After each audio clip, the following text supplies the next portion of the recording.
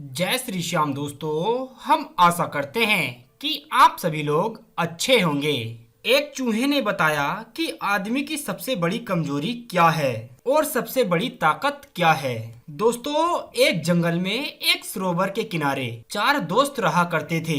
एक कछुआ था, एक चूहा था, एक कौवा था और एक मृग था। चारों प्राणियों में बहुत ही गहरी मित्रता थी। शाम के समय वे चारों इकट्ठा होकर अपने दुख सुख की चर्चा किया करते थे। उनका जीवन बड़े ही आनंद के साथ बीत रहा था। वे हमेशा दुख सुख में एक दूसरे का साथ देते थे।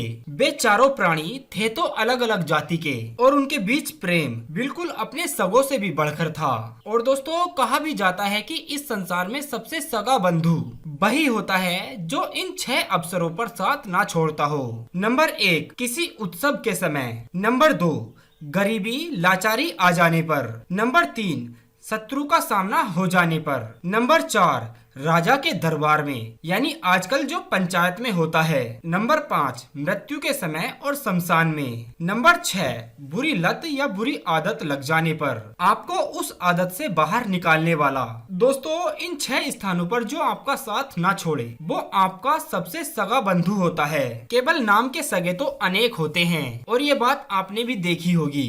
दोस्तों, एक दिन वे चारों मित्र अपने अपने जीवन की घटना को एक दूसरे के साथ साझा कर रहे थे। कछुए ने चूहे से पूछा, अरे मित्र, हम आपकी कहानी सुनने के इच्छुक हैं। आप कहाँ के रहने वाले थे और आप यहाँ पर कैसे पहुँचे? तब चूहा सभी से कहता है कि सुनो मित्र, यहाँ से पहले मैं एक सन्यासी के मठ के पास रहता था। उस मठ के महंत का नाम था ताम्रचूर्ण। वो अक्सर गांव से भिक्षा मांगकर अपनी दिनचर्या चलाता था। कई बार तो उसे भिक्षा में भोजन के साथ साथ बहुत ही स्वादिष्ट पदार्थ मिल जाते थे।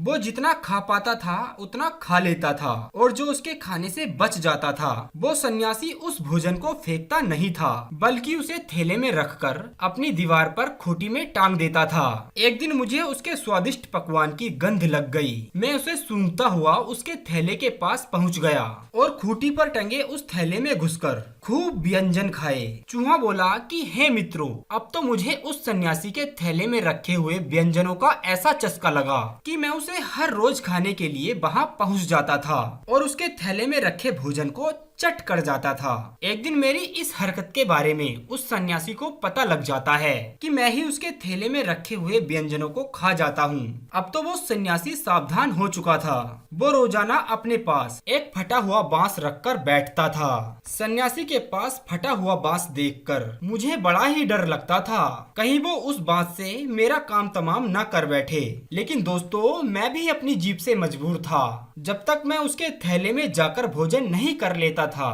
तब तक मुझे चैन नहीं पड़ता था। मैं सन्यासी के सोने तक उसका इंतजार करता था और जब वो सो जाता था तो मैं अपने आप को रोक नहीं पाता था और उसकी भिक्षा के थैले में रखे हुए भोजन इत्यादि व्यंजनों को खा जाता था। एक दिन उस मठ के महंत के पास उसका मित्र दूसरा सन्यासी वहां आया और उस दिन वो उस महंत के पास ही ठहर गया। शाम को भोजन करने के बाद रोज की तरह बचे हुए भोजन को उसी थैले में रखकर उसी खूंटी पर टांग दिया और उसके बाद वो दोनों सन्यासी नीचे चटाई बिछाकर विश्राम करने के लिए लेट गए और आपस में चर्चा करने लगे।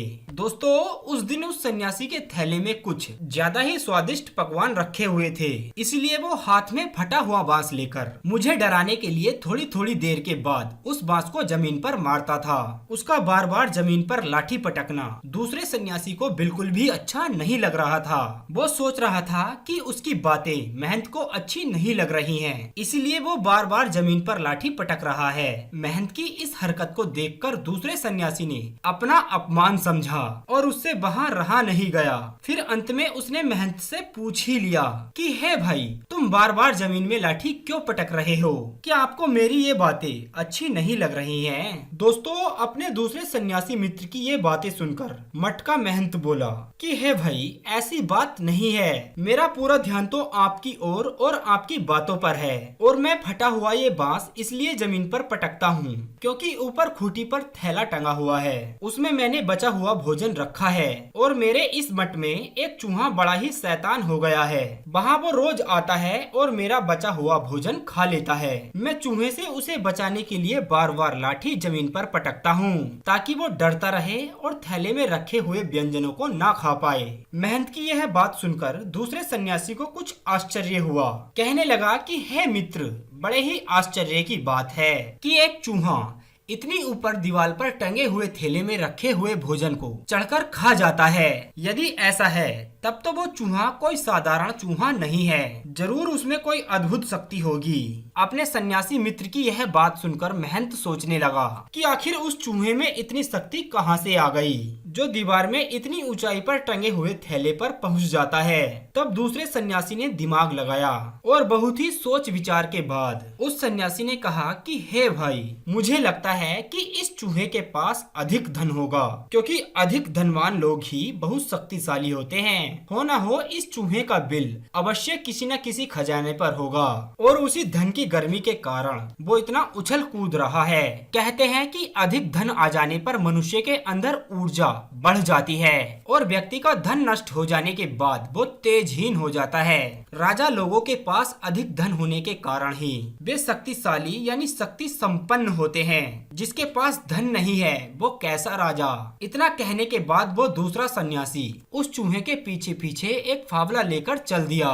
जिस जगह वो चूहा रहता था उस सन्यासी ने उस जगह को खोदना शुरू कर दिया। उस सन्यासी को मेरे बिल में रखा हुआ सारा खजाना मिल चुका था। उस खजाने को पाकर वो सन्यासी तो धनवान बन गया था, पर मैं अपना सब कुछ खो चुका था। उसी खजाने के बल पर मैं चारों ओर उछलता कूदता फिरता रहता था। आज मेरा धन मुझसे छिन जाने के कारण मैं शक्तिहीन हो गया था। मेरे पूरे जीवन की कमाई वो सन्यासी खोद ले गया था। जिस तरह कोई लूटा हुआ या फिर किसी का धन खो जाने के कारण शक्तिहीन हो जाता है, उसी तरह मेरी भी हालत हो गई थी। दोस्तों, कहते हैं लोगों में उत्साह का कारण किसी को हराना या अटकर बोलने का बल धन ही होता है। उस दिन के बाद मैंने सन्यासी के थैले पर चढ़कर भोजन करने का प्रयास बहुत किया, पर मैं उसके थैले तक ना पहुंच सका। यह देखकर वो सन्यासी हंसता हुआ उस मंट के महंत से बोला कि देखो मित्र, अब इस चूहे का हाल देखो। धन छिन जाने पर ये कैसे शक्तिहीन हो गया है।